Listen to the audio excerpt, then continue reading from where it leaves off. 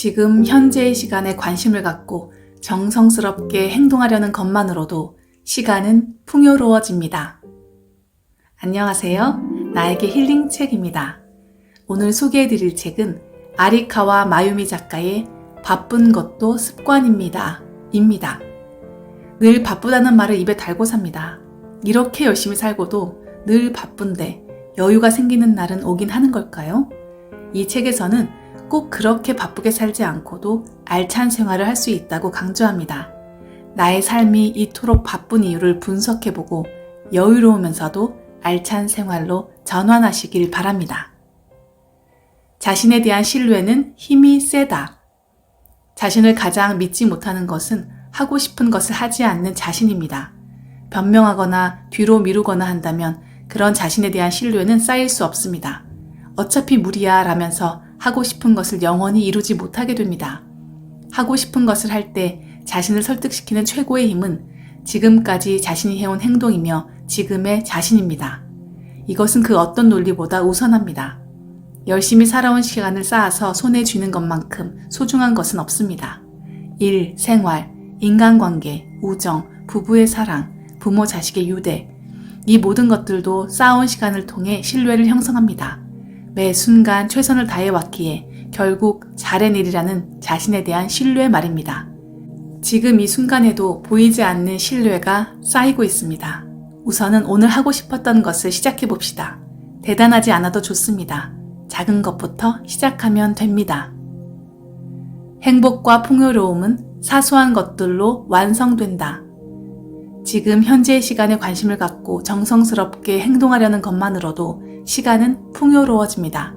그저 차를 끓여 마시는 것이 아니라 최적의 양과 최적의 온도를 확인하고 최적의 시간에 차의 농도를 조절합니다.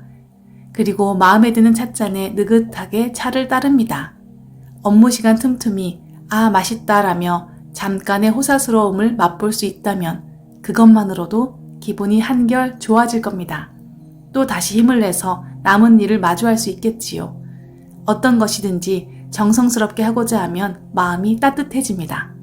반면 아무렇게나 하면 마음이 황량해지고 차가워집니다. 하루 3끼의 식사 시간, 몸을 단장하는 시간, 목욕 시간, 자는 시간 등 매일 반복되는 일들을 정성스럽게 맞아보도록 합시다. 특별한 것을 하지 않아도 마음이 풍족해질 겁니다. 그게 어떤 건지 알겠지만 도무지 그럴 만한 여유가 없다는 마음도 이해합니다. 하루하루 시간에 쫓겨 살다 보면 눈앞에는 온통 해야 할 일과 근심거리로 가득 차게 됩니다. 당연히 지금 이 순간을 즐길 여유가 사라지게 되죠. 하지만 서두른다고 해도 우리 인생은 그다지 달라지지 않습니다. 오히려 급한 마음에 경솔하게 결정하거나 허둥대다가 실수하는 일이 더 많지 않습니까? 급할수록 돌아가라는 말처럼 바쁘다고 느낄 때일수록 여유를 찾아야 합니다. 아무리 멀티플레이어라고 해도 동시에 여러 가지 일을 다 잘해내기는 어렵습니다. 영어 회화 테이프를 들으면서 요리도 하고 동시에 옷을 다린다고 해봅시다. 그것을 각각 할 때보다 집중력도 떨어지고 성과도 별로입니다. 옷을 태우거나 영어 회화가 귀에 잘 들어오지 않거나 요리가 더뎌지겠지요. 한꺼번에 여러 가지 일을 허겁지겁 하려고 서둘러봤자 생산성도 완결성도 그다지 높지 않습니다. 그렇다면 근심거리는 있고 지금 하고 있는 것을 중요시하는 것이 좋겠지요. 진정한 호사스러움은 하루하루를 기분 좋게 공들여 보내는 데서 느낄 수 있습니다. 매일 하는 식사도, 매일 나누는 가족과의 대화도, 매일 하는 가사와 육아도 그 시간만큼은 특별합니다. 그 시간에는 반드시 끝이 있으며 그 순간은 영원히 다시 돌아오지 않을 테니까요. 지금 이 순간, 여기서 무엇인가를 할 수 있다는 사실에 감사의 마음을 가져봅시다. 아주 작은 일일지라도 그 순간을 즐기며 행복을 찾으려 한다면 분명 호사스러운 시간이 될 겁니다. 시간은 남겨지거나 잃는 게 아니라 주어질 뿐. 생명의 끝이 있다는 것은 인생에 있어 매우 중요한 사실입니다. 죽음을 생각한다는 것은 삶의 시간을 진지하게 생각하는 것과 같습니다. 죽음이 있어 절망적인 게 아니라 그러하기에 삶이 더 빛나는 것이지요. 호스피스로 일했던 간호사 친구가 이런 말을 한 적이 있습니다. 삶의 시간이 얼마 남지 않았다는 선고를 받은 사람은 모두가 온화해져 처음 선고를 받았을 때는 침울해하고 힘들어하지만 그 사실을 받아들이게 되면 자신이 할 수 있는 것을 긍정적으로 생각하기 시작하지. 앞으로 몇 개월밖에 남지 않은 생명이라고 생각하면 시시한 일로 화를 낸다거나 하는 것은 시간 낭비입니다.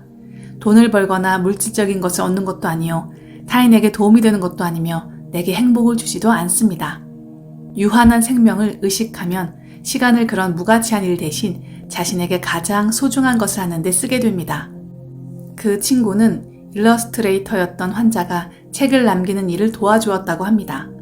무엇인가를 남기고 싶어하는 것은 인간의 본능인지도 모릅니다.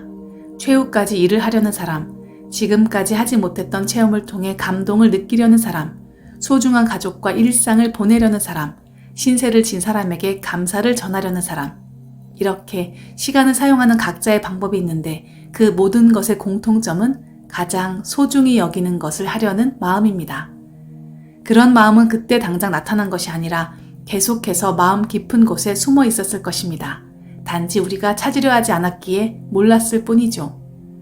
저는 생명의 시간을 남겨진 시간이 아니라 주어진 시간으로 생각합니다.